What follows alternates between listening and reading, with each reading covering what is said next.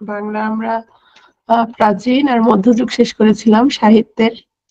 আজকে হচ্ছে আধুনিক যুগ শুরু করব। আধুনিক যুগ হচ্ছে তোমরা ধারণা নিবা এবং বই থেকে অবশ্যই পড়ে ফেলবা। আহ আধুনিক যুগ থেকে সবচেয়ে বেশি প্রশ্ন আসে। আর যেহেতু সাহিত্যের 10টা প্রশ্ন থাকে, এর মধ্যে 2টা কি 3টা হচ্ছে তোমার প্রাচীন যুগ থেকে থাকে, আর বাকি 7-8টাই হচ্ছে আধুনিক যুগ থেকে থাকে। তো আমরা আলোচনা শুরু করে দিচ্ছি। আধুনিক যুগ 1 আমরা আলোচনা শুরু করছি। প্রথমেই আমরা বিগত বছরের প্রশ্নগুলো দেখব। তো প্রতিবার দেখা যায় রিটেনের ক্ষেত্রে মানে কোনো না কোনো ক্ষেত্রে সিলেবাস বা প্রশ্নের মধ্যে একটু চেঞ্জ চলে আসে। যে কোনো একটা পরীক্ষা, ধরো বাংলা অথবা ধরো ইংলিশ অথবা ধরো জিকে বা জিকে ইন্টারন্যাশনাল, হুট করে একটু চেঞ্জ করে দেয়। তো বিগত বছরের যে প্যাটার্নটা দেখা যায় সেটা থাকে না, যে কোনো একটা সাবজেক্টে এই ধরনের সমস্যাটা হয়। তো ঠিক এটা হচ্ছে তোমার রিটেনের ক্ষেত্রে যেটা করেছিল গত 45তম বিসিএস এ। সাধারণত 10টা প্রশ্ন থাকে, 10টা প্রশ্নের মধ্যে তোমার 3 নম্বর করে থাকে, কিন্তু 45-এ আমরা দেখতে পাচ্ছি তোমার 5টা করে প্রশ্ন ছিল 6 নম্বরের। তো এখানে খেয়াল করো, তোমার প্রথম দুটো প্রশ্ন হচ্ছে প্রাচীন আর মধ্যযুগের, আর 3টা প্রশ্ন ছিল হচ্ছে আধুনিক যুগের। এই 3টা প্রশ্ন কোন কোন লেখক নিয়ে বা কি ধরনের প্রশ্ন সেটা আমরা দেখি। জসীমউদ্দিনের কাহিনী কাব্য সমূহের বৈশিষ্ট্য লিখন। প্রিলিতে আমরা সাধারণত প্রাচীন মধ্যযুগের পরে 11 জন সাহিত্যিক নিয়ে আমরা পড়াশোনা করে থাকি। হ্যাঁ, বিশিষ্ট 11 জন সাহিত্যিক নিয়ে। সে 11 জনের একজন হচ্ছে জসীমউদ্দিন। রোকেয়া সাখাওয়াত হোসেনের সাহিত্য কৃতির স্বাতন্ত্র লিখন। আর আসছে রোকেয়া সম্পর্কে, জসীমউদ্দিন রোকেয়া, তাও সে 11 জনের একজন। মুক্তিযুদ্ধের স্মৃতিচারণমূলক যে কোনো একটি গ্রন্থের পরিচয় দেয়। আমরা সবসময় দেখি তোমার মুক্তিযুদ্ধ, ভাষা আন্দোলন, এই বিষয়গুলো বেশি ইম্পর্টেন্ট। এবং আগে তো শেখ মুজিবুর রহমান সম্পর্কে অবশ্যই খুব ভালোভাবে পড়তে হতো, মুক্তিযুদ্ধ সম্পর্কে পড়তে হতো। এখনো যে বেসিক বিষয়গুলো সেগুলো অবশ্যই ভালোভাবে জানতে হবে। নিচের প্রশ্নগুলোর উত্তর সংক্ষেপে লিখুন। এটা বোধ ক্যাডারে আসছে।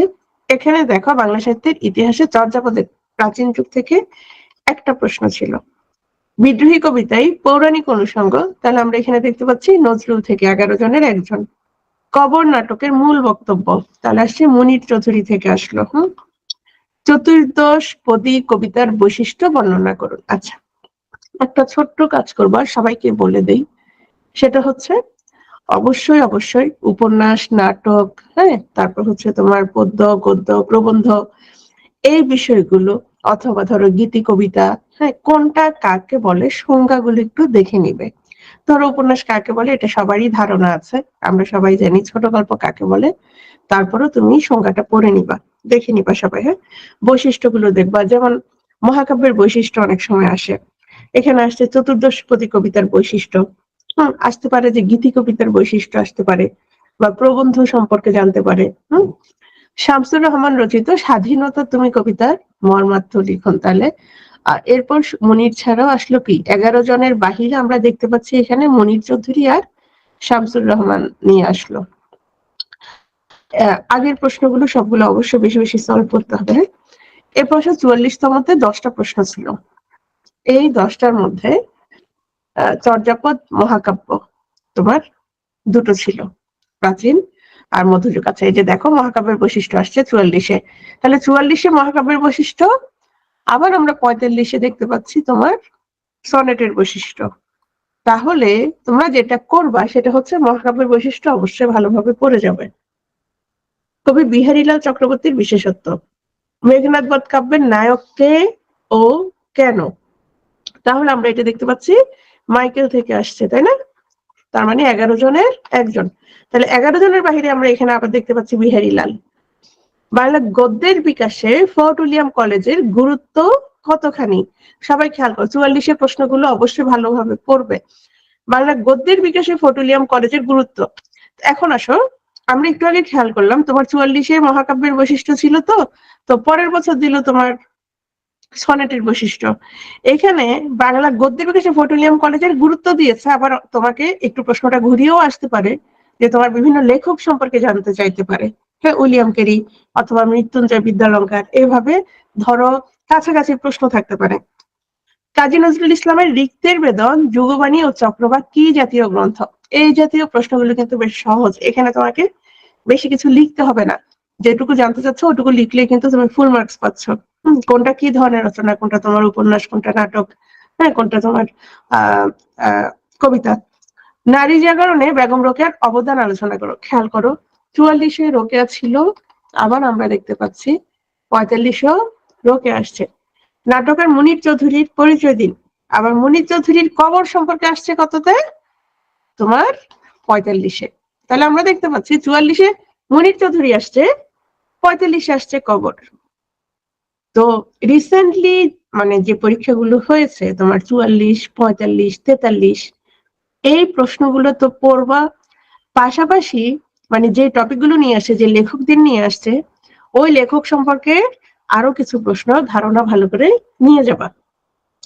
উপন্যাসের নাম নিরূপণ করে সৈয়দ ওয়ালিউল্লাহ স্বতন্ত্র নিরূপণ করেন। সৈয়দ ওয়ালিউল্লাহ সম্পর্কে রিলিতে হোক রিটেনে হোক প্রশ্ন থাকেই থাকে, একটু যদি ভালো করে দেখো দেখবা যে প্রশ্ন আছে। রবীন্দ্রনাথ ঠাকুরের ভ্রমণ কাহিনী ভিত্তিক 3টি গ্রন্থের নাম লিখুন। তাহলে ভ্রমণ কাহিনী থেকে আসছে রবীন্দ্রনাথ, তাহলে রবীন্দ্র নজরুল পড়তে হবে, এটাতে কোনো ছাড় নাই, তাই না? এই দুটো অবশ্যই আমাদের পড়তে হবে। তাহলে আমরা এখানে একটা ধারণা পেলাম যে তোমার 11 জনের বাহিরে আমরা আসলে প্রিলিতে যাদের নিয়ে পড়ি ম্যাক্সিমাম তাদের সম্পর্কেই আসে, সেই বিহারীলাল, সেই মনির চৌধুরী, তারপর আসো শামসুর রহমান, সৈয়দ ওয়ালিউল্লাহ। 43-এ দেখো, 43-এর প্রশ্নটা কিছুটা কঠিন ছিল। চন্দ্রাবতী রচিত রামায়ণ, এগুলো হচ্ছে 3টে আসছে প্রাচীন মধ্যযুগ সম্পর্কে। তারপর আসছে জোড়াসাঁকো ঠাকুর বাড়ির কবি লেখকদের সম্পর্কে সংক্ষিপ্ত ধারণা দিন। এটা হচ্ছে যারা কিছুটা ধরো রবীন্দ্রনাথ ঠাকুরের ভাইদের সম্পর্কে, বোনদের সম্পর্কে কিছুটা জানতো, তারা কিছুটা ধারণা দিতে পারবে, লিখতে পারবে, নইলে এটা অনেকের আনকমন থাকবে। 21 শতকের বাংলাদেশের নজরুল পাঠের প্রাসঙ্গিকতা ব্যাখ্যা করুন। তুমি এখনো কেন তুমি নজরুল পাঠ করবা? হ্যাঁ, এই প্রাসঙ্গিকতা ব্যাখ্যা করতে হবে।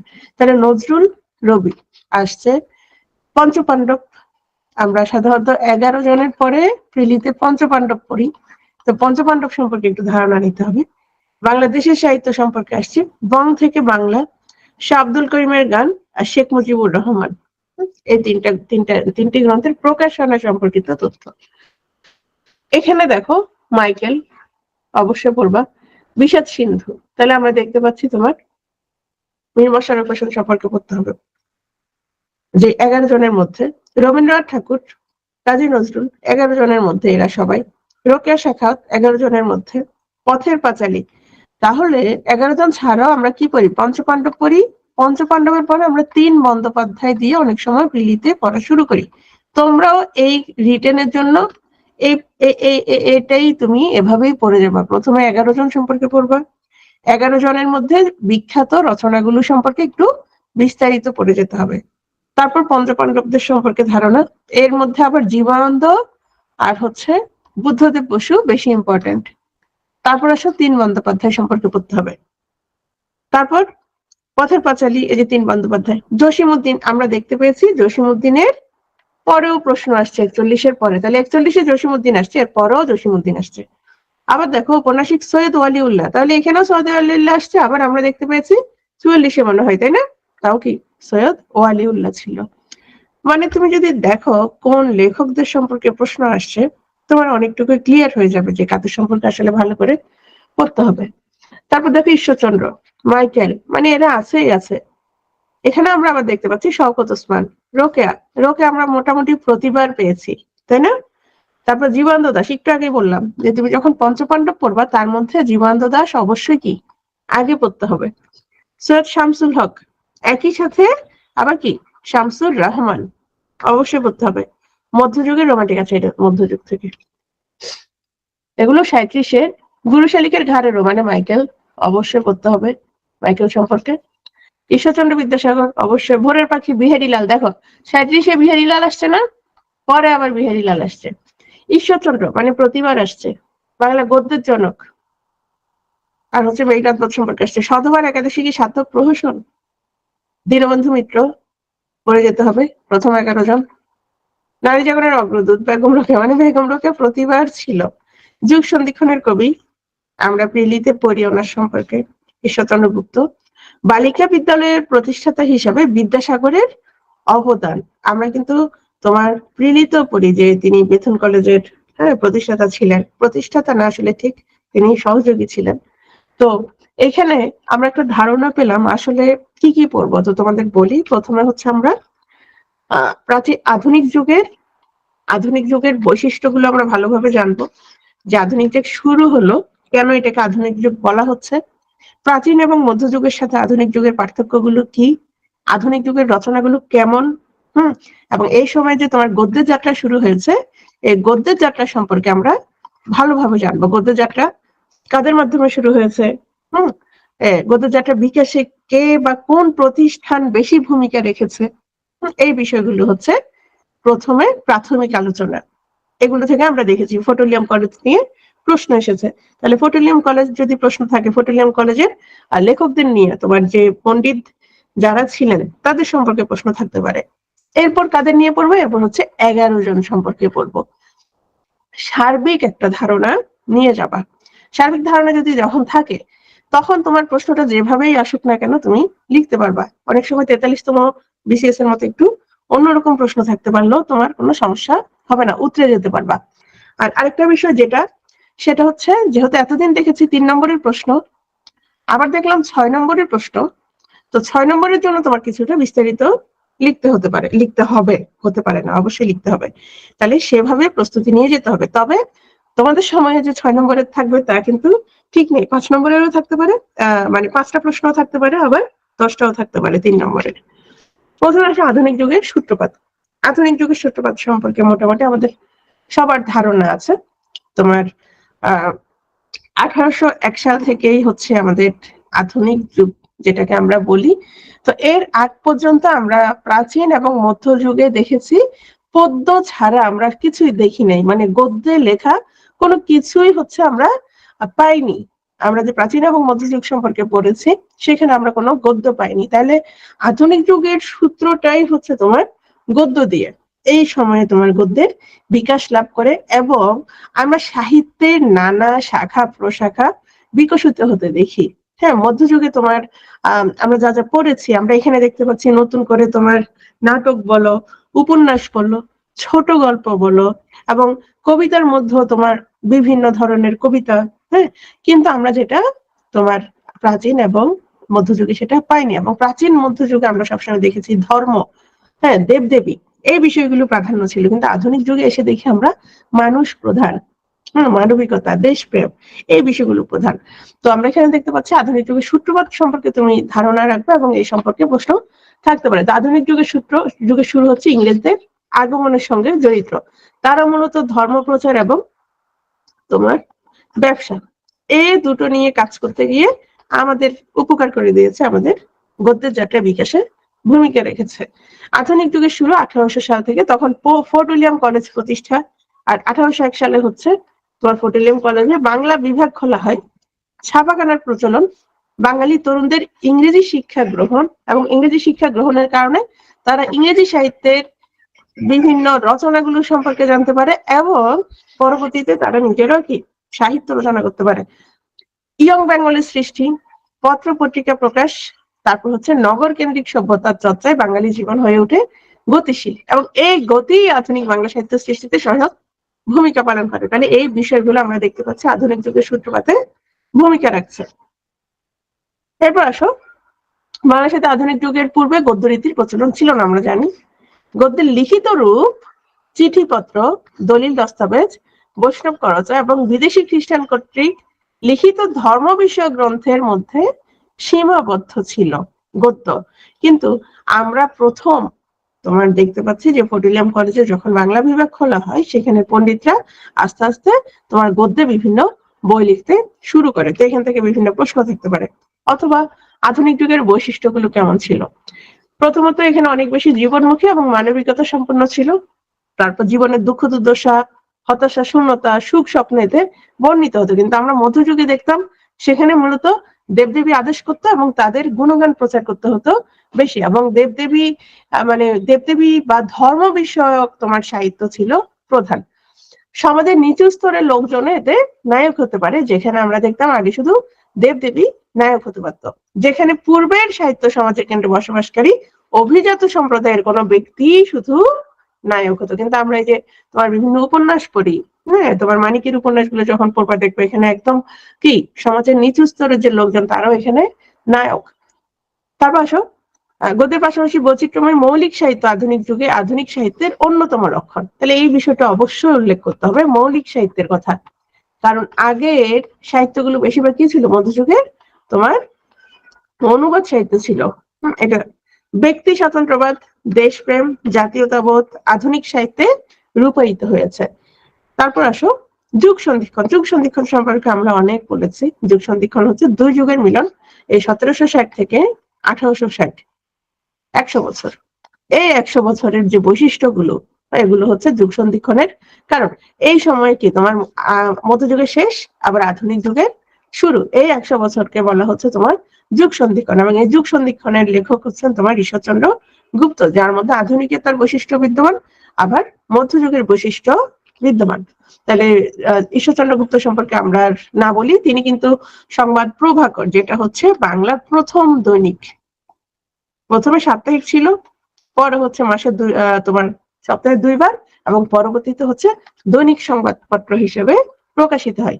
এছাড়া সংবাদ রত্নাবলী, পাষাণ্ড পীড়ন, সংবাদ সাধুরঞ্জন, এই সকল পত্রিকার সম্পাদক ছিলেন হচ্ছে ঈশ্বরচন্দ্র গুপ্ত। ওনাকে বলা হয় যুগ সন্ধিক্ষণের কবি।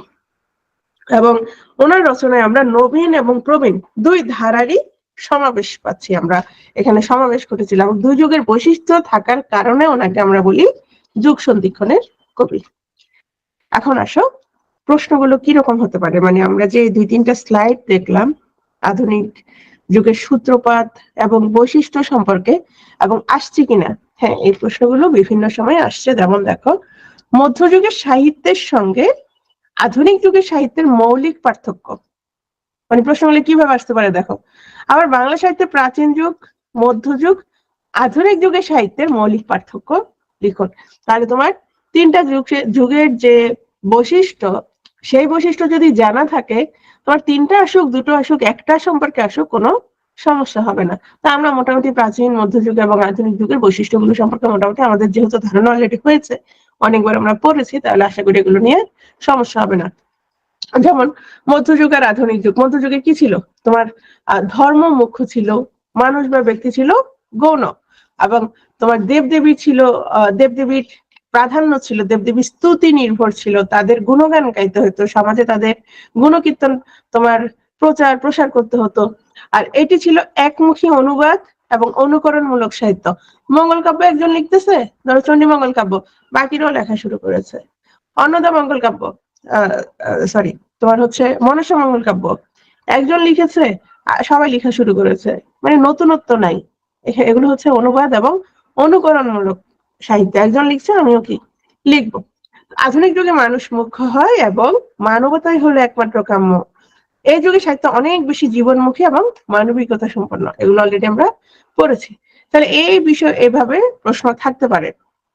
তারপর আসো আধুনিক যুগের সূত্রপাত, যেটা একদম প্রথম স্লাইডে আমরা পড়েছিলাম যে সূত্রপাতটা কিভাবে হয়েছে, হ্যাঁ এটা তো অলরেডি পড়েছি। তারপর আসে আধুনিক যুগের বৈশিষ্ট্যগুলো কি কি। আধুনিক যুগের বৈশিষ্ট্য তার মানবিকতা, সমাজবোধ, দেশপ্রেম, এগুলো লিখবা, মৌলিকত্ব, মুক্তবুদ্ধি, আত্মপ্রসার, হ্যাঁ এছাড়াও কি ছিল, রোমান্টিকতা ছিল, যান্ত্রিকতা, প্রগতিশীল চিন্তা, নগর কেন্দ্রিক জীবন ব্যবস্থাপনা, হ্যাঁ।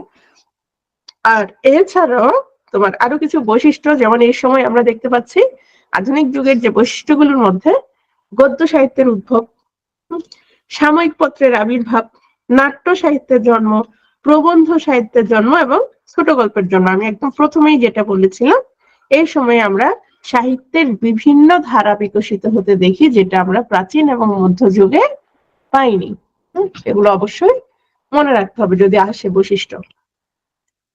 আধুনিক যুগের প্রথম ও দ্বিতীয় পর্যায়ে বলতে কি বুঝো? প্রথম পর্যায়ে কি ছিল? প্রথম পর্যায়ে তো তোমার ওই সময়ে আস্তে আস্তে লেখা শুরু হয়েছে। হ্যাঁ, তার মানে সবাই তোমার যে ফোর্ট উইলিয়াম কলেজের মাধ্যমে তোমার পণ্ডিত বর্গ কি করছো, আস্তে তোমার উইলিয়াম ক্যারি এবং তার যে সহযোগীরা ছিল তারা আস্তে আস্তে গদ্য রচনায় মাত্র মনোনিবেশ করেছে, এই জন্য এটাকে বলা হচ্ছে উন্মেষ পর্ব, তখন মাত্র শুরু হয়েছে। এরপর হচ্ছে বিকাশ পর্ব। বিকাশ পর্ব হচ্ছে আমরা দেখতে পাচ্ছি তখন মাইকেলের মাধ্যমে মাইকেল বাংলা সাহিত্য রচনায় হাত দিল। এর আগে তিনি ইংরেজি সাহিত্য নিয়ে অনেক চেষ্টা করেছেন, কিন্তু যখন দেখা গেল তিনি বাংলা সাহিত্যে হাত দিয়েছেন, তিনি একাধারে অনেকগুলো নাটক, তারপরে হচ্ছে তোমার মহাকাব্য, তারপর হচ্ছে প্রহসন, হ্যাঁ, সবকিছু লিখলেন এবং খুব ভালোভাবে বাংলা সাহিত্যকে তিনি এগিয়ে দিলেন। তাহলে উন্মেষ পর্ব 1801 থেকে 1860, আর বিকাশ পর্ব 1861 থেকে একদম বর্তমান পর্যন্ত। তো যে তোমার যে উন্মেষ পর্ব মানে প্রারম্ভিক যে স্তর, সেটা মূলত উইলিয়াম ক্যারি ও তার সহযোগী যে সংস্কৃত পণ্ডিতগণ ছিলেন, মৃত্যুঞ্জয় বিদ্যালঙ্কার, রামরাম বসু, হ্যাঁ, অন্যান্য যারা ছিলেন তাদের নিয়েই হচ্ছে তোমার এই উন্মেষ পর্বটা। এরপর একে একে তোমার রামমোহন রায়, বিদ্যাসাগর, বঙ্কিমচন্দ্র, রবীন্দ্রনাথের মতো সাহিত্যিকরা আস্তে আস্তে আমাদের কি বাংলা সাহিত্য আরো এগিয়ে দেয়। বাংলা গদ্যের উন্মেষ ও বিকাশ, এখান থেকে কি ধরনের প্রশ্ন আসতে পারে? বাংলা গদ্যের বিকাশে ফোর্ট উইলিয়াম কলেজের গুরুত্ব কতখানি, এটা 44তমতে আসছে, তাহলে 46-এর জন্য বলেছিলাম ইম্পর্টেন্ট। তাহলে দেখো ফোর্ট উইলিয়াম কলেজের প্রতিষ্ঠা এবং বাংলা বিকাশে এটার অবদান হচ্ছে অপরিসীম। তো এই কলেজের বাংলা বিভাগের পণ্ডিতদের মাধ্যমে মূলত বাংলা গদ্য সাহিত্য চর্চার শুরু হয়। তো এখানে দেখো তোমার ফোর্ট উইলিয়াম কলেজের বাংলা বিভাগ চালুর পরে বাংলা গদ্য পাঠ্যপুস্তকের সংকট দেখা দেয়। যা ছিল সব কি ছিল? সব ছিল পদ্যে লেখা, গদ্য তো লেখা কিছু নাই। তাহলে কি করতে হবে? তাহলে নিজেরা লিখতে হবে। এখন নিজেরা লেখার জন্য উপকরণ কোথায়, কিভাবে লিখবে, কি লিখবে, কোত্থেকে শুরু করবে? তাহলে দেখা গেল সংস্কৃত বিভিন্ন গদ্যের অনুবাদ, তারপর হচ্ছে তোমার মৌলিক রচনা কম ছিল, হ্যাঁ, এবং নিজেরা আস্তে আস্তে লেখা শুরু করলো। তো এই সংকট মোকাবেলায় উইলিয়াম ক্যারি নিজে এবং অন্যান্য পণ্ডিতদের মধ্যে বাংলা গদ্য রচনার উদ্যোগ নেন এবং ফোর্ট উইলিয়াম কলেজের মাধ্যমেই বাংলা গ্রন্থ প্রকাশনা শুরু হয়। আর যারা বিখ্যাত ছিলেন রামরাম বসু, তারিণীচরণ মিত্র, মৃত্যুঞ্জয় বিদ্যালঙ্কার, উনি সবচেয়ে বেশি বই লিখেছিলেন। এখন আসো কোন উদ্দেশ্যে, কোন বছরে ফোর্ট উইলিয়াম কলেজ প্রতিষ্ঠিত হয়? কলেজটির নাম ফোর্ট উইলিয়াম কলেজ কেন? এগুলো হচ্ছে তোমার 28তম 27তম অনেক আগে আসছিল, এখন হচ্ছে এইভাবে আসবে না। আসলে হয়তো তোমার বিকাশ, তোমার গদ্য বিকাশে ভূমিকা, অথবা ধরো লেখকদের সম্পর্কে, উইলিয়াম ক্যারি সম্পর্কে আসছে, মৃত্যুঞ্জয় বিদ্যালঙ্কার সম্পর্কে এভাবে আসতে পারে। তো এটা হচ্ছে তোমার লর্ড ওয়েলেসলি 1800 সালের 4 মে কলকাতার লালবাজারের কাছে ফোর্ট উইলিয়াম কলেজ প্রতিষ্ঠা করেন। আর তিনি মূলত যে তোমার ইস্ট ইন্ডিয়া কোম্পানির যে যারা জব করতেন, সিভিলিয়ান কর্মচারীরা, তারা যেহেতু বিজনেস করবে তাহলে তারা অবশ্যই ভাষা জানতে হবে, এবং ভাষা না জানাই তোমার শাসন কার্যে অসুবিধা হচ্ছিল। তখন তিনি ভাবলেন যে না, এদেরকে কি তোমার ভাষা শিখাতে হবে, পড়াশোনা করতে হবে, এবং তিনি ইংরেজ সিভিলিয়ান ও কর্মচারীদের এ দেশীয় ভাষা, সাহিত্য, সংস্কৃতি, ইতিহাস, ঐতিহ্য সম্পর্কে শিক্ষাদান এবং তাদের নৈতিক ও বুদ্ধিবৃত্তিক উন্নতি সাধনের জন্য তোমার এই ফোর্ট উইলিয়াম কলেজ প্রতিষ্ঠা করেন। এবং এটা ফোর্ট উইলিয়াম দুর্গে অবস্থিত ছিল বলেই এটার নাম করা হয় fort William college. Fort William কলেজে বিভিন্ন বিভাগ প্রতিষ্ঠা করা হয় ভাষা ও সংস্কৃতিকে বিবেচনা করে, এবং প্রতিটা বিভাগের একজন করে অধ্যাপক এবং কয়েকজন সহকারী ছিলেন। আর 1805 সালের মধ্যে তোমার টোটাল 12টা অনুষদ খোলা হয়। আর লর্ড ডালহৌসির সময় 1854 সালে ফোর্ট উইলিয়াম কলেজ বন্ধ হয়ে যায়। তো এই সময়ে বাংলা বিভাগ কখন খোলা হয়? 1801 সালে বাংলা বিভাগ খোলা হয়। তখন অধ্যক্ষ ছিলেন উইলিয়াম ক্যারি, আর অন্যতম পণ্ডিত ছিলেন রামরাম বসু। আবার রামরাম বসুকে বলা হয়, উইলিয়াম ক্যারি কি বলা হয়? ক্যারি সাহেবের মুন্সি, মুন্সি বলা হয়, কারণ তিনি ক্যারি সাহেবকে বাংলা শিখিয়েছিলেন 3 বছর। এছাড়াও বাঙালি অধ্যাপকদের মধ্যে জনপ্রিয় ছিলেন তারিণীচরণ মিত্র এবং মৃত্যুঞ্জয় বিদ্যালঙ্কার। এদের সম্পর্কে আসতে পারে, রচনাগুলোর নাম আসতে পারে। তাহলে আমরা কি করবো? এদের রচনাগুলো সম্পর্কে জেনে রাখবো। বাংলা গদ্যের সূচনা সম্পর্কে লিখুন। গদ্যের সূচনা, তাহলে দেখো প্রথম স্তর সূচনা 16 শতাব্দী থেকে 1800 খ্রিস্টাব্দের পূর্ব পর্যন্ত, মানে যখন যেটা আমরা কি পেয়েছিলাম, বিভিন্ন দলিল দস্তাবেজ, হ্যাঁ, টুকটাক চিঠি, হ্যাঁ। তারপর হচ্ছে দ্বিতীয় স্তর 19 থেকে 1800, সরি 19 হচ্ছে 1800 থেকে 1847, শ্রীরামপুর মিশন থেকে তোমার ঈশ্বরচন্দ্র বিদ্যাসাগরের পূর্ব পর্যন্ত। আর তৃতীয় স্তর হচ্ছে তোমার 1847 মানে বিদ্যাসাগর থেকে বঙ্কিমচন্দ্র পর্যন্ত। আর যদি তুমি এভাবেও না লিখো, এটা হচ্ছে ডক্টর সুকুমার সেনের তোমার এই 4টা স্তর নির্দেশ করেছেন। তুমি শুধু উন্মেষ আর বিকাশ পর্ব সম্পর্কেও লিখতে পারো। আর চতুর্থ, এটা হচ্ছে পরিণতি 1865 থেকে বর্তমান কাল পর্যন্ত। শ্রীরামপুর মিশনের ভূমিকা। শ্রীরামপুর মিশন হচ্ছে তোমার আধুনিক যুগ সৃষ্টিতে শ্রীরামপুর মিশনের ভূমিকা অগ্রগণ্য। উইলিয়াম ওয়ার্ড এবং জোসিয়া মার্শম্যানের সহায়তায় উইলিয়াম ক্যারির প্রত্যক্ষ তত্ত্বাবধানে 1800 সালে শ্রীরামপুর মিশন স্থাপিত হয় এবং এই মিশন বাংলায় বিভিন্ন ধর্মীয় পুস্তক রচনা করে খ্রিস্টান ধর্মের মহত্ব প্রচার করে। আবার এখান থেকেই আমরা দেখেছি তোমার রামায়ণের যে অনুবাদ, সেটাও কিন্তু শ্রীরামপুর মিশন থেকে প্রকাশিত হয়। তো শ্রীরামপুর মিশন থেকে বাংলা বাইবেল, সংস্কৃত ব্যাকরণ অভিধান, কৃত্তিবাসী রামায়ণ, কাশীদাসী মহাভারত এগুলো ছাপার অক্ষরে প্রকাশ করা হয়। তাছাড়া সমাচার দর্পণ নামক সাপ্তাহিক ও দিগদর্শন একদম প্রথম দুটো মাসিক পত্রিকা প্রকাশ করেন। খ্রিস্টান মিশনারিরা একান্ত নিজস্ব উদ্দেশ্যে এই মিশন প্রকাশ করেছিলেন। এর সাথে সাথে এই মিশন আধুনিক বাংলা সাহিত্য বিকাশে ভূমিকা পালন করে থাকে। তাহলে এই বিষয়গুলো অবশ্যই উল্লেখ করবে। ফোর্ট উইলিয়াম কলেজের বাংলা বিভাগের পণ্ডিতদের নাম লিখুন। পণ্ডিতদের নাম সম্পর্কে আমরা অলরেডি বলেছি। তো তারিণীচরণ মিত্র, তারিণীচরণ মিত্র আর হচ্ছে মৃত্যুঞ্জয় বিদ্যালঙ্কার, এদের পাশাপাশি যে 6 জন রামনাথ বাচস্পতি এবং 6 জন সহকারী পণ্ডিত তোমার রাজীব লোচন মুখোপাধ্যায়, কাশীনাথ, পদ্মলোচন চুরমানি এবং রামরাম বসু, এদের অবশ্যই নামগুলো উল্লেখ করবে এবং এদের রচনাগুলো সম্পর্কে একটু ধারণা নিয়ে যাবে। এগুলো প্রিলির জন্য পড়তে হয়, অন্তত 2টো করে অবশ্যই কি মনে রাখার চেষ্টা করবে, এগুলো সম্পর্কে আসতে পারে, যেহেতু ফোর্ট উইলিয়াম কলেজ সম্পর্কে আগের বার আসছে। তাহলে ফোর্ট উইলিয়াম কলেজ থেকে প্রকাশিত গ্রন্থগুলোর নাম লিখুন। অথবা শুধু এভাবে আসতে পারে যে রামরাম বসু দ্বারা লিখিত গ্রন্থগুলোর নাম লিখুন, অথবা মৃত্যুঞ্জয় বিদ্যালঙ্কার রচিত গ্রন্থগুলোর নাম লিখুন। হ্যাঁ, সেক্ষেত্রে 32 সিংহাসন, হিতোপদেশ, রাজাবলী অবশ্যই মনে রাখতে হবে। ঠিক আছে। বাংলা গদ্যের বিকাশে উইলিয়াম ক্যারি আর পড়ছি না, উইলিয়াম ক্যারি সম্পর্কে আমরা অলরেডি অনেকবার জেনেছি। তাহলে আমরা দেখতে পাচ্ছি তুমি গদ্যের যাত্রার ক্ষেত্রে ফোর্ট উইলিয়াম কলেজ সহ তাদের যে লেখক আছেন তারা সহ গদ্যের উন্মেষ, তারপর হচ্ছে তোমার আধুনিক যুগের যে সূচনা, আধুনিক যুগে তোমার বৈশিষ্ট্য, এই সবকিছু সম্পর্কে ভালো ধারণা থাকতে হবে। এগুলো থেকে একটা থাকতে পারে যদি আসে আর কি। ক্যারি সাহেবের মুন্সি কাকে এবং কেন বলা হয়? অলরেডি বলেছি, ক্যারি সাহেবের মুন্সি হচ্ছেন তোমার রামরাম বসু। তোমার উইলিয়াম ক্যারি যখন এদেশে আসে তিনি তো আর বাংলা জানতেন না।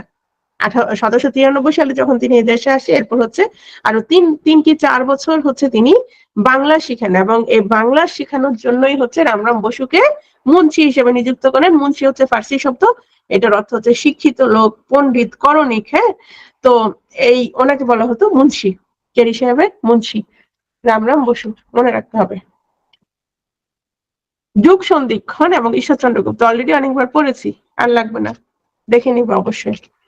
ঈশ্বরচন্দ্র গুপ্তকে খাঁটি বাঙালি কেন বলা হয়? খাঁটি বাঙালি কবি কে বলেছেন? ওনাকে বলেছেন হচ্ছে তোমার খাঁটি বাঙালি বঙ্কিমচন্দ্র বলেছেন। কেন বলেছেন? ঈশ্বরচন্দ্র গুপ্ত এই যে তোমার আধুনিক যুগের বৈশিষ্ট্য থাকলে কি হবে, ওই যে ওনার আবার কি মধ্যযুগ থেকেও তিনি বের হতে পারেন নাই। তিনি নারী শিক্ষার বিরোধী ছিলেন, ইংরেজি শিক্ষার বিরোধিতা করেছেন, 1857 সালে সিপাহী বিদ্রোহের বিরোধিতা করেছেন, হাস্যরসাত্মক এবং ব্যঙ্গাত্মক কবিতা লিখতেন। বাঙালি সংস্কৃতির প্রায় সকল উপাদান তার কবিতায় উপস্থিত থাকায় বঙ্কিমচন্দ্র তাকে খাঁটি বাঙালি বলে অভিহিত করেছেন। এরপর আসো, যার সম্পর্কে আমরা প্রশ্ন যখন আলোচনা করেছি আমরা দেখতে পেয়েছিলাম ঈশ্বরচন্দ্র বিদ্যাসাগর, বেগম রোকেয়া, হ্যাঁ, মাইকেল, মানে ওনাদের সম্পর্কে, রবীন্দ্রনাথ, নজরুল, এদের সম্পর্কে প্রশ্ন থাকেই থাকে। তার মধ্যে ঈশ্বরচন্দ্র বিদ্যাসাগরের প্রশ্ন অবশ্যই ছিল।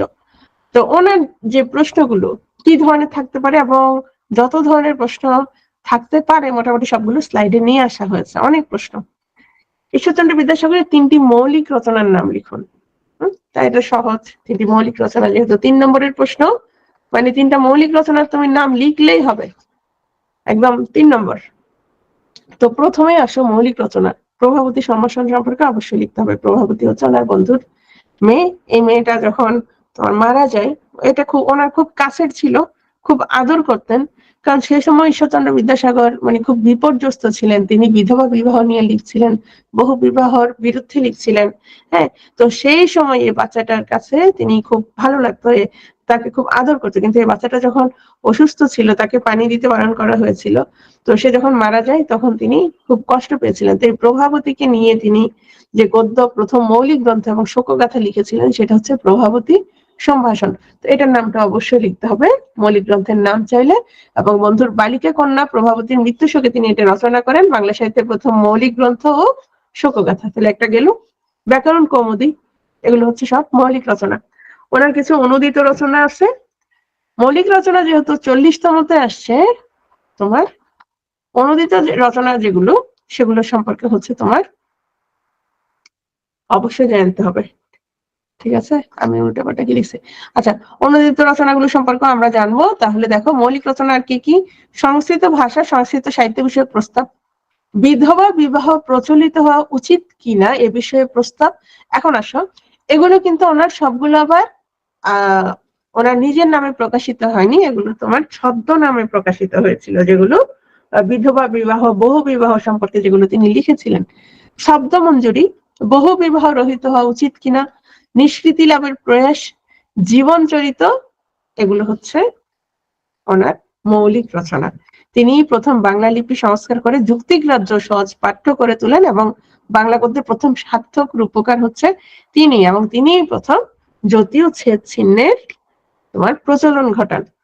ঈশ্বরচন্দ্র বিদ্যাসাগরের সমাজ সংস্কার আন্দোলন সম্পর্কে আলোচনা করুন। তাহলে তিনি বিধবা বিবাহ সম্পর্কে কাজ করেছেন এবং তার প্রচেষ্টায় 1856 সালে বিধবা বিবাহ আইন পাশ হয়। এটা দেখো, এটা কিন্তু 36 আসছে।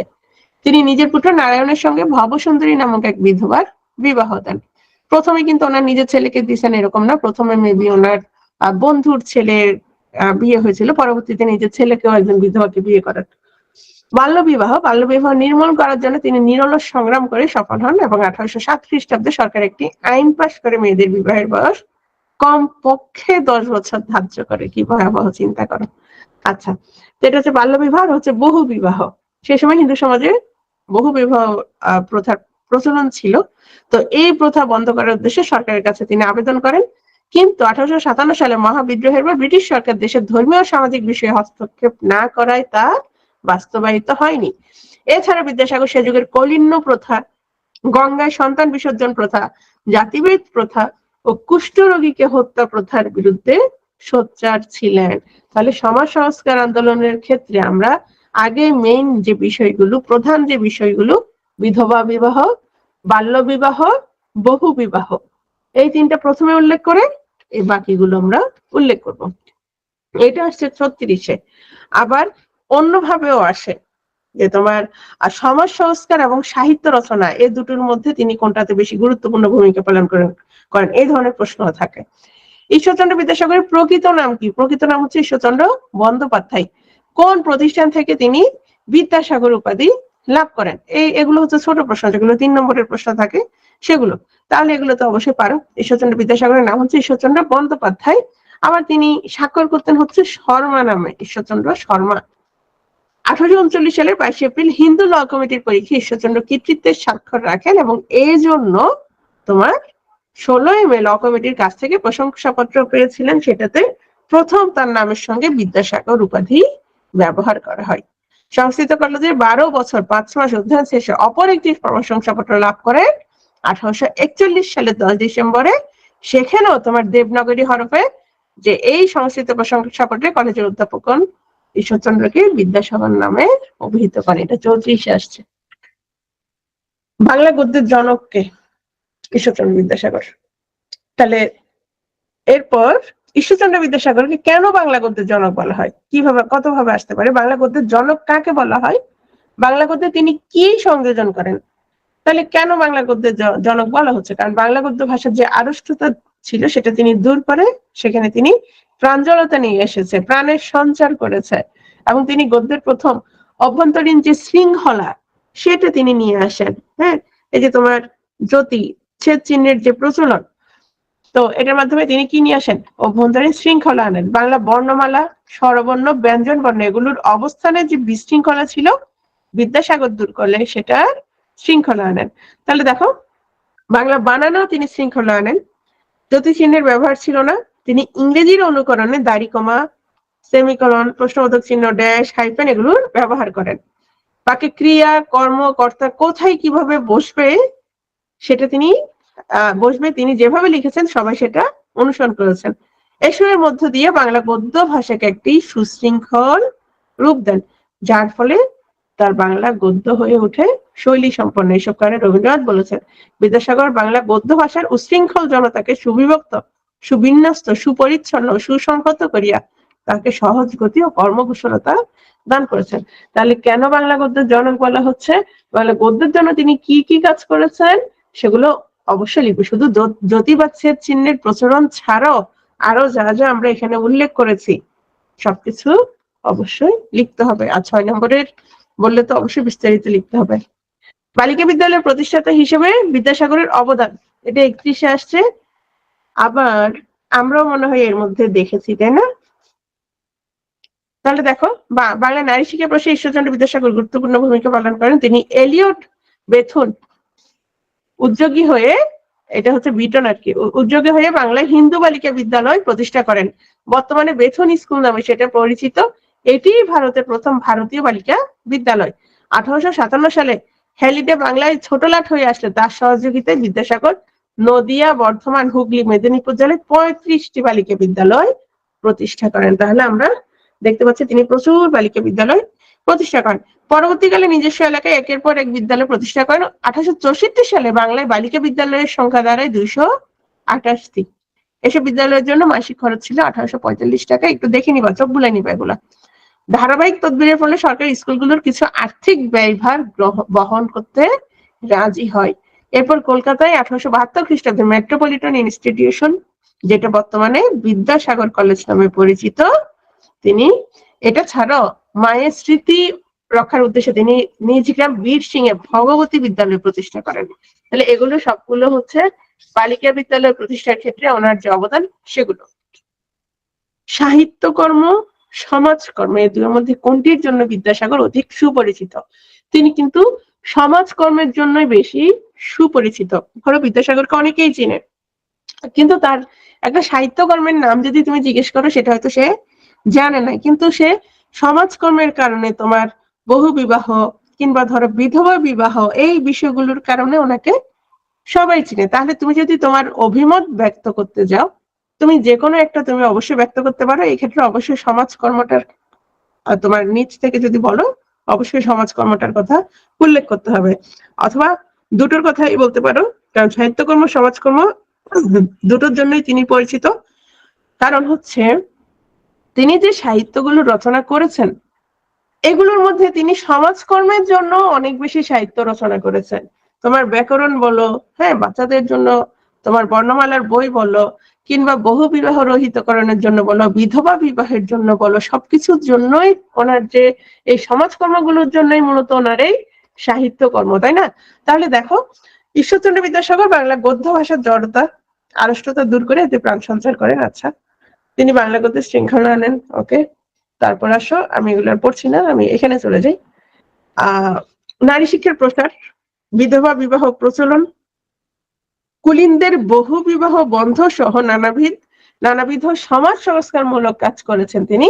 তার রচিত সাহিত্যে সমাজ সংস্কারের মনোবৃত্তি সহজেই লক্ষণীয়, যেটা অলরেডি আমরা উল্লেখ করেছি। তাই বলা যায় সাহিত্যকর্ম এবং সমাজকর্ম উভয়ের জন্য ঈশ্বরচন্দ্র বিদ্যাসাগর সুপরিচিত। আর যদি তোমার অভিমত ব্যক্ত করতে বলে, তোমার যদি মনে হয় যে সমাজকর্মের জন্য বেশি পরিচিত, সেটা তুমি উল্লেখ করতে পারো। ঈশ্বরচন্দ্র বিদ্যাসাগরের প্রথম প্রকাশিত গ্রন্থ কোনটি?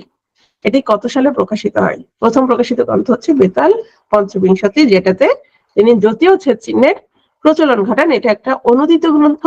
এটা হচ্ছে হিন্দি বৈতাল 25-এর অনুবাদ, এবং এই গ্রন্থ থেকে সে যুগের বাঙালি সমাজ সর্বপ্রথম গল্পরসের আস্বাদ লাভ করে। গ্রন্থটি অনুবাদ হলো, এতে বিদ্যাসাগরের অনেক কিছু সংযোজন বিয়োজন করেছেন। তাহলে এবং এই গ্রন্থে প্রথম জ্যোতিচিহ্ন ব্যবহার করা হয়। ঈশ্বরচন্দ্র বিদ্যাসাগর রচিত ভ্রান্তি বিলাস, কমেডি অফ এরর্স, ইংরেজি কোন বইয়ের অনুবাদ? তাহলে অনুদিত যে গ্রন্থগুলো সবগুলোই তোমার কি জানতে হবে। তাহলে অনুদিত গ্রন্থ কোনগুলো? প্রথমে আসো ভ্রান্তি বিলাস, এটা হচ্ছে তোমার শেক্সপিয়ারের কমেডি অফ এরর্স। তারপর সে বেতাল পঞ্চবিংশতি, এটা হচ্ছে বৈতাল 25-এর অনুবাদ। তারপর শকুন্তলা তাহলে কোথেকে হবে? অভিজ্ঞান শকুন্তলম নাটকের উপাখ্যান ভাগের অনুবাদ। সীতার বনবাস, এটা হচ্ছে তোমার রামায়ণের উত্তরকাণ্ড অবলম্বনে রচিত। আর হচ্ছে বাংলার ইতিহাস, মার্কসম্যানের হিস্ট্রি অফ বেঙ্গল গ্রন্থের অনুবাদ। এগুলো সবগুলো জানবা। কেন কেন বলতো? কারণ রিসেন্টলি তোমার 45 না 44 কি আসছে, মৌলিক নিয়ে আসছে। তাহলে যদি মৌলিক গ্রন্থ নিয়ে আসে, সামনে কি আসতে পারে? সামনে তোমার যে অনুবাদ গ্রন্থগুলো সেগুলো সম্পর্কে আসতে পারে। ঈশ্বরচন্দ্র বিদ্যাসাগরের বিধবা বিষয়ক গ্রন্থটির নাম লিখন। এগুলো সবগুলো উনি ছদ্মনামে লিখেছেন। কস্যচিৎ উপযুক্ত ভাইপোষ্য, কস্যচিৎ উপযুক্ত ভাইপোষ্য, সহচরস্য, এই ধরনের ছদ্মনামে তিনি লিখেছেন। এবং এগুলোর কি নাম? ঊনবিংশ শতাব্দী বা তার পূর্ববর্তী সময়ে বাল্যবিবাহ, বহু বিবাহের ব্যাপক প্রচলনের কারণে সমাজে বিধবার সংখ্যা মারাত্মক আকারে বেড়ে যায়। কিন্তু হিন্দু সমাজে তখন বিধবা বিবাহের প্রচলন ছিল না। এক একটা বয়স্ক মানুষ ছোট ছোট মেয়েদের বিয়ে করে কি মারা যেত। এই ছোট ছোট মেয়েগুলো ছিল তোমার সবগুলো বিধবা, এবং এদের উপর কি ভয়াবহ তোমার মানে নিয়ম নীতি প্রচলিত ছিল। এটা খেতে পারবে না, সেটা খেতে পারবে না, এই করতে পারবে না, সেখানে যেতে পারবে না। হ্যাঁ, তোমরা একটা সিনেমা দেখছো কেউ? ওয়াটার সিনেমাটা কেউ দেখছো? ওয়াটার, ইন্ডিয়ানটা, দীপা মেহতার, যেটা দেখছো কেউ? অসাধারণ না? জন আব্রাহামের ছোট্ট একটা মেয়ে ছিল, কিছুই বুঝতো না। এদেরকে দেখা যেত তোমার মানে এরা বিধবা, এই জন্য এদেরকে এটা খেতে দিত না, সেটা খেতে দিত না, তোমার কাশিতে পাঠিয়ে দিত, গয়াতে পাঠিয়ে দিত, এবং দুঃখজনক ভাবে সেখানে তাদেরকে মানে তোমার অন্যদের জন্য ইউজ করা হইতো। আচ্ছা, তো দেখো, অতি অল্প হইলো, আবার অতি অল্প হইলো ব্রজবিলাস, রত্ন পরীক্ষা, এগুলো সবগুলোই হচ্ছে তোমার বিধবা বিবাহ বিষয়ক গ্রন্থ। তো এগুলো তো হচ্ছে এই যে রত্ন পরীক্ষা, যেটা প্রথম আসো ব্রজবিলাস, এই ব্রজবিলাসে হচ্ছে তিনি তৎকালীন হিন্দু পণ্ডিত ব্রজনাথ বিদ্যারত্ন বিধবা বিবাহের বিরুদ্ধে যেসব যুক্তি দিয়েছিলেন সেগুলো খণ্ডন করেছেন। একজন বলেছে যে বিধবা বিবাহ, ব্রজনাথ বিদ্যারত্ন বিধবা বিবাহের বিরুদ্ধে তিনি যুক্তি দিয়েছিলেন, কেন বিধবাদের বিবাহ হওয়া উচিত না। হ্যাঁ, সেগুলো তিনি খণ্ডন করেছেন হচ্ছে ব্রজবিলাসে। আর রত্ন পরীক্ষাতে হচ্ছে বিধবা বিবাহের বিপক্ষে সংস্কৃত কলেজের 3 জন অধ্যাপক, ভুবন মোহন বিদ্যারত্ন, প্রশান্ত চন্দ্র রায়রত্ন এবং মধুসূদন স্মৃতিরত্নের যুক্তি খণ্ডন করেছেন। তিনি একাই কতটুকু লড়েছেন, তাই না? এভাবে বিধবা বিবাহের পক্ষে শাস্ত্রীয় প্রমাণ দেওয়া ছাড়াও বিধবাদের পুনর্বিবাহ প্রবর্তনের পক্ষে আইন প্রণয়নের জন্য তিনি সামাজিক আন্দোলন গড়ে তোলেন। অবশ্যই অবশ্যই নামগুলো জানতে হবে।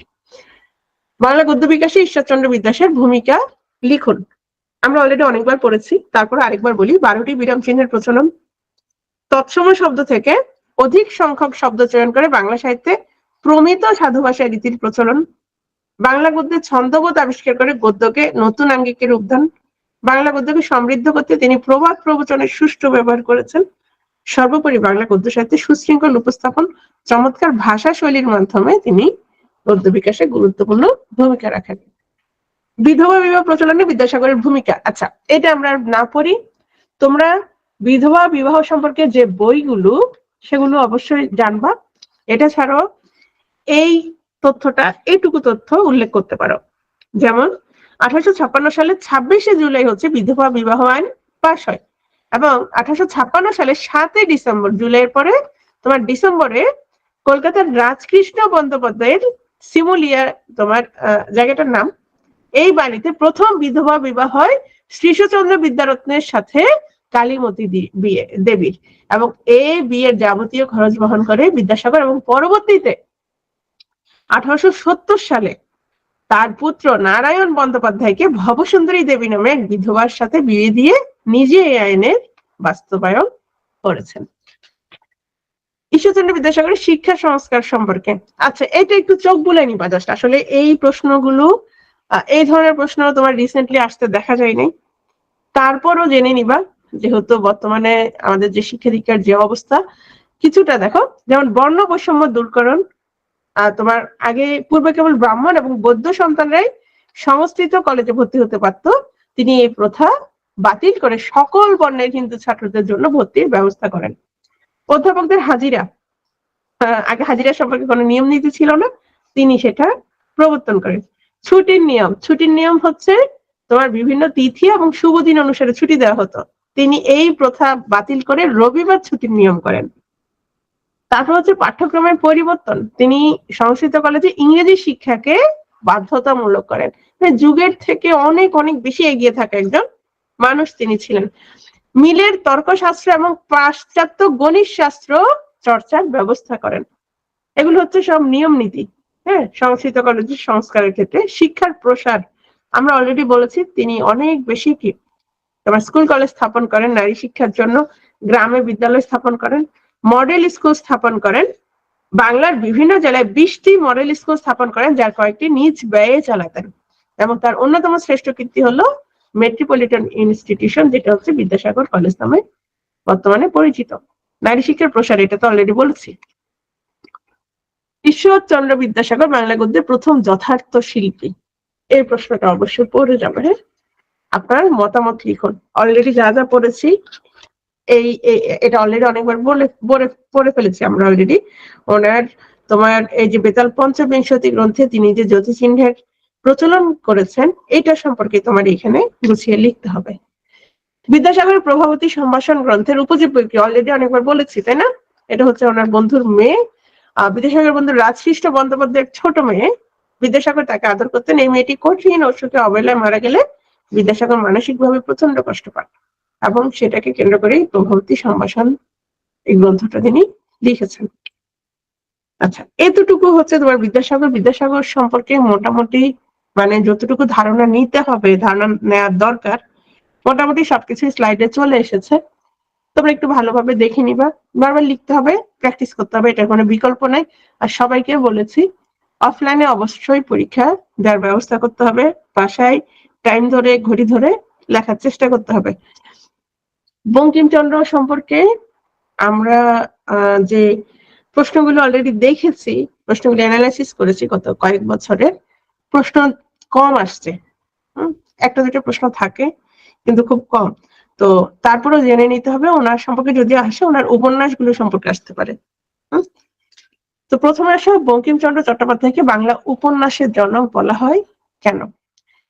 একটা উপন্যাসের যেই বৈশিষ্ট্যগুলো থাকে, আমি তোমাদের বলেছি যে উপন্যাস, মহাকাব্য, তারপর হচ্ছে সনেট, হ্যাঁ, তারপর গীতিকাব্য মানে প্রবন্ধ, ছোট গল্প, এগুলোর হচ্ছে বৈশিষ্ট্যগুলো জেনে নিতে হবে। তো অনেকে উপন্যাসের জনক কেন বলা হচ্ছে? একটা উপন্যাস সার্থক হওয়ার জন্য যে বৈশিষ্ট্যগুলো লাগে, হ্যাঁ, তোমার সেই বৈশিষ্ট্যগুলো যখন একটা উপন্যাসে থাকবে, তখন সেটাকে আমরা অবশ্যই বলবো যে সেটা একটা সার্থক উপন্যাস। তো এই প্রথম সার্থক উপন্যাস রচনা করেছেন হচ্ছে বঙ্কিমচন্দ্র চট্টোপাধ্যায় দুর্গেশ নন্দিনী, যার কারণে ওনাকে বলা হচ্ছে উপন্যাসের জনক। তো দেখো, তিনি বাংলা সাহিত্যের প্রাচ্য এবং পাশ্চাত্যের ভাবদর্শের সমন্বয় সাধনকারী হিসেবে খ্যাত। একটি সার্থক উপন্যাসের বিভিন্ন লক্ষণ কি কি দেখো? সেই সময়ের মানুষের ছবি আঁকা, সাধারণ মানুষের চরিত্র ফুটিয়ে তোলা, বাস্তবতাবোধ ইত্যাদি গুণ প্যারিচাঁদ মিত্র সহ অনেকের রচনায় কিছু কিছু ছিল, কিন্তু পুরোপুরি ছিল না। সেটা প্রথম আমরা পেয়েছি কার রচনায়? বঙ্কিমচন্দ্রের রচনায়। কিন্তু উপন্যাস লিখতে গেলে সার্বিকভাবে কাহিনী গেঁথে একটা অখণ্ড জিনিস তৈরি করার যে ক্ষমতা দরকার, এবং লেখকের জীবন দৃষ্টি থাকার জন্য সমস্ত ঘটনাই উপন্যাসে যেভাবে জীবনের ব্যাখ্যা বিশ্লেষণ হয়ে ওঠে, উপন্যাসের সেই মহত্ব গাম্ভীর্য বঙ্কিমচন্দ্র ছাড়া আর কেউ সেই মুহূর্তে সৃষ্টি করতে পারেননি, যার কারণে ওনাকে বলা হয় বাংলা উপন্যাসের জনক। এবং ওনাকে কেন বাংলার স্কট বলা হয়? ওয়াল্টার স্কট, উনি হচ্ছেন স্কটল্যান্ডের একজন বিখ্যাত কবি ও ঔপন্যাসিক, এবং ইউরোপে ওনার অনেক বেশি জনপ্রিয়তা ছিল। তো এই ওয়াল্টার স্কটের ইংরেজি উপন্যাসের আদলকে ধরেই হচ্ছে বঙ্কিমচন্দ্র বাংলা উপন্যাস রচনা করেছেন। এবং অনেকে মনে করেন ওয়াল্টার স্কটের একটা লেখা, তোমরা অনলাইনে সার্চ দিলেও পাবা, আইভ্যানহো, এই উপন্যাসের ধরনেই লেখা হয়েছিল দুর্গেশ নন্দিনী। তার মানে ওয়াল্টার স্কটের এই আইভ্যানহো উপন্যাসের ধরনে তোমার লেখা হয় দুর্গেশ নন্দিনী। তবে বঙ্কিমচন্দ্রের কৃতিত্বে এখানে তিনি দুর্গেশ নন্দিনীকে ভারতীয় প্রেক্ষাপটে উপস্থাপন করেছেন, যার কারণে বঙ্কিমচন্দ্রকে বলা হচ্ছে বাংলার স্কট। তাহলে স্কট নামটা কোথেকে আসছে? ওয়াল্টার স্কট থেকে। তিনি স্কটল্যান্ডের একজন বিখ্যাত কবি এবং ঔপন্যাসিক। ত্রয়ী উপন্যাসের নাম লিপিবদ্ধ করুন।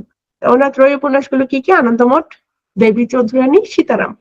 এবং আনন্দমঠ, দেবী চৌধুরানী, সীতারাম সম্পর্কে 3-4 লাইনের তথ্য অবশ্যই জেনে নিতে হবে। যদি পারো কখন রচিত হয়েছিল সালটা মনে রাখার চেষ্টা করবে, কারণ সালগুলো খুব কাছাকাছি, একটু চোখ বুলে নিবা। বিষয়বস্তুটা কি, জাস্ট প্রেক্ষাপটটা উল্লেখ করবা। যদি 6 নম্বরের প্রশ্ন আসে তো এই উপন্যাসের নাম, আর তোমার যদি 3 নম্বরের প্রশ্ন থাকে কিচ্ছু লেখা লাগবে না, 3টার নাম লিখলেই তোমার 3 নম্বর পেয়ে যাবা। আর যদি 6 নম্বরের প্রশ্ন থাকে অবশ্যই প্রেক্ষাপটটা লিখতে হবে। যেমন আনন্দমঠ 76-এর মন্বন্তরের পটভূমিকায় সন্ন্যাসী বিদ্রোহের কাহিনী অবলম্বনে, এটা বিদ্রোহ হবে, এই উপন্যাসটা রচিত। এটা বন্দে মাতরম সঙ্গীতটি সংযোজিত হয়েছে। দেবী চৌধুরানী তিনি হচ্ছেন রংপুরের জমিদার ছিলেন। তো রংপুর অঞ্চলে কৃষক বিদ্রোহ, ফকির সন্ন্যাসী আন্দোলনের নেত্রী ছিলেন। আর পরবর্তীতে তোমার বঙ্কিমচন্দ্র যখন রংপুরের ম্যাজিস্ট্রেট হিসেবে দায়িত্ব পালন করেছিলেন তখন তিনি এই ঘটনার জানতে পেরে দেবী চৌধুরানী নামে উপন্যাস লিখেছিলেন। সীতারাম, এটা হচ্ছে ওনার সর্বশেষ উপন্যাস। আর রাজা সীতারাম হচ্ছে আর তোমার মাগুরার মোহাম্মদপুরের রাজা ছিলেন, রাজ্য ছিল। এই রাজ্য ঘিরেই গড়ে উঠেছে উপন্যাসের প্লট। একইভাবে তিনি যখন মাগুরাই ছিলেন তখন যখন এই কাহিনীগুলো জানতে পারেন তখন সেটা নিয়েই হচ্ছে এই উপন্যাসটা তিনি লিখেছিলেন। এবং এখানে ঐতিহাসিক চরিত্র থাকলেও ঐতিহাসিক উপন্যাস বলা যায় না, কারণ ঐতিহাসিক চরিত্রগুলোর আসলে খুব একটা ভূমিকা উপন্যাসে নেই। তোমরা যারা পড়েছ দেখেছ। দুর্গেশ নন্দিনী কেন বাংলা সাহিত্যে প্রথম সার্থক উপন্যাস? আচ্ছা, এটা পটভূমি কি ছিল? পটভূমি ছিল উড়িষ্যার অধিকার নিয়ে মোগল এবং পাঠানদের মধ্যে সংগ্রামের ঘটনা। তো সংঘাত এই উপন্যাসের পটভূমি হলো, তো মূল উপজীব্য হচ্ছে প্রেম। আবার ইতিহাসের ছায়া থাকলেও ইতিহাসের চেয়ে এখানে জগৎ সিংহ, তিলোত্তমা আর আয়েশার যে ত্রিভুজ প্রেম সেটাই হচ্ছে পাঠককে বেশি নাড়া দিয়েছে। তো এই উপন্যাস প্রকাশিত হওয়ার পর বাঙালি পাঠক উপন্যাসের প্রকৃত স্বাদ উপলব্ধি করতে পেরেছে। এবং এখানে একটা সার্থক উপন্যাসের জন্য যে গুণাবলীগুলো, যে বৈশিষ্ট্যগুলো থাকা লাগে, বাস্তবতাবোধ, কাহিনীর অখণ্ডতা, সমাজের নিখুঁত চরিত্রের পরিচয় এবং লেখকের নিজস্ব দৃষ্টিভঙ্গি, সবকিছুর সমন্বয় এই উপন্যাসে তোমার ঘটেছিল, যার কারণে এটাকে বলা হচ্ছে বাংলা সাহিত্যের সার্থক উপন্যাস। বঙ্কিমচন্দ্রের সব উপন্যাসই রোমান্সমূলক। তাহলে তুমি যে উপন্যাসগুলোর নাম উল্লেখ করবা এগুলোতে তোমার ঐতিহাসিকতার পাশাপাশি আমরা দেখতে পাচ্ছি যে রোমান্টিক উপাদানও এখানে আছে। তো এই বিষয়গুলো উল্লেখ করে অল্প কথা এটা বুঝিয়ে লিখবা। যেমন ধরো রোমান্টিক যে উপন্যাসগুলো সেগুলোর কথা তো লিখবাই, পাশাপাশি যে ঐতিহাসিক উপন্যাসগুলো আছে সেগুলোতেও যে তোমার রোমান্টিক উপাদান আছে সে বিষয়টা তুলে ধরতে হবে। এটা একটু দেখে রাখো। আনন্দমঠ উপন্যাসের উপজীব্য অলরেডি আমরা পড়েছি অল্প করে, আবার দেখে নিবা। কপালকুণ্ডলা উপন্যাসের প্রতিপাদ্য, এটাও দেখে নিবা। রোমান্টিক উপন্যাস হিসেবে কপালকুণ্ডলার সার্থকতা, এটা পড়ে রাখবা, ঠিক আছে? এটা দেখে রাখবা ভালো করে। তাহলে দেখো এই উপন্যাসের সমুদ্র, উপকূলবর্তী অরণ্য, খরস্রোতা নদীর ঢেউয়ে ভেঙে পড়া তটভূমি সবকিছুই রোমান্টিক আবহাওয়া সৃষ্টি করে। এটা মোটামুটি অনেকের পড়া আছে, তাই না? উপন্যাসে অলৌকিকতা, অতি প্রাকৃত আবহাওয়া এসেছে রোমান্টিকতার বাহন হিসেবে। এবং এখানে আমরা একটা মানে শ্রেষ্ঠ রোমান্টিক একটা উক্তি পাচ্ছি কপালকুণ্ডলার, যে নায়িকা পথিক তুমি পথ হারাইয়াছ। তাহলে এই সবকিছু মিলেই কাহিনী, প্রকৃতি, রূপ বর্ণনা, নায়ক নায়িকার মিলন, নায়িকার আবির্ভাব, কথোপকথনে কাব্যময়তা, একদম সবকিছুই কি আমরা দেখতে পাচ্ছি তোমার সবই রোমান্টিকতার জন্য দিয়েছে। আর এই কারণেই কপালকুণ্ডলা হয়েছে সার্থক রোমান্টিক উপন্যাস। কমলাকান্ত দত্তর প্রবন্ধ গ্রন্থ সম্পর্কে সংক্ষেপে লিখুন। এটা দেখবা এ সম্পর্কে প্রিলিতে আসছিল, চরিত্র নিয়ে আসছিল মেবি। কমলাকান্ত দত্তরের বিভিন্ন ধরনের প্রবন্ধ ঠাঁই পেয়েছে। প্রবন্ধগুলোকে বিষয়ভিত্তিক ভাবে ভাগ করা যায়, যেমন অর্থনীতি সম্পর্কিত হচ্ছে আমার মন, তারপরে হচ্ছে তোমার বিড়াল, কমলাকান্তের জবানবন্দি, হ্যাঁ, রাজনীতি সম্পর্কিত যেগুলো একটি গীত, পলিটিক্স, কাকাতুয়া, এগুলো একটু দেখে নিবা। তারপর সামাজিক পারিবারিক রীতিনীতি, মনুষ্য ফল, বসন্তের কোকিল, সাহিত্য সংস্কৃতি কি লিখিব, তারপর হচ্ছে বড় বাজার, পতঙ্গ, হ্যাঁ, এগুলো একটু দেখে যাবা কমলাকান্ত দত্তর। বঙ্কিমচন্দ্রের বাংলা ভাষা প্রবন্ধের মূল বক্তব্য। তোমার এই এই প্রবন্ধ সম্পর্কে আসলে কম আসে, আসলে বেশিরভাগ প্রশ্ন তোমার উপন্যাস সম্পর্কে আসতে পারে। উপন্যাসগুলো একটু খুব ভালোভাবে দেখে যাবা, পাশাপাশি কমলাকান্তের দপ্তরটা দেখে যাবা। তাহলে এতটুকু হচ্ছে আলোচনা, যেহেতু ঈশ্বরচন্দ্র সম্পর্কে বেশি প্রশ্ন আসতে পারে, আবার আধুনিক যুগের তোমার যে সূচনা, হ্যাঁ, সেগুলো সম্পর্কে একটু ভালো করে দেখে রাখবে, একই সাথে বঙ্কিমচন্দ্রটাও পড়ে নিবা।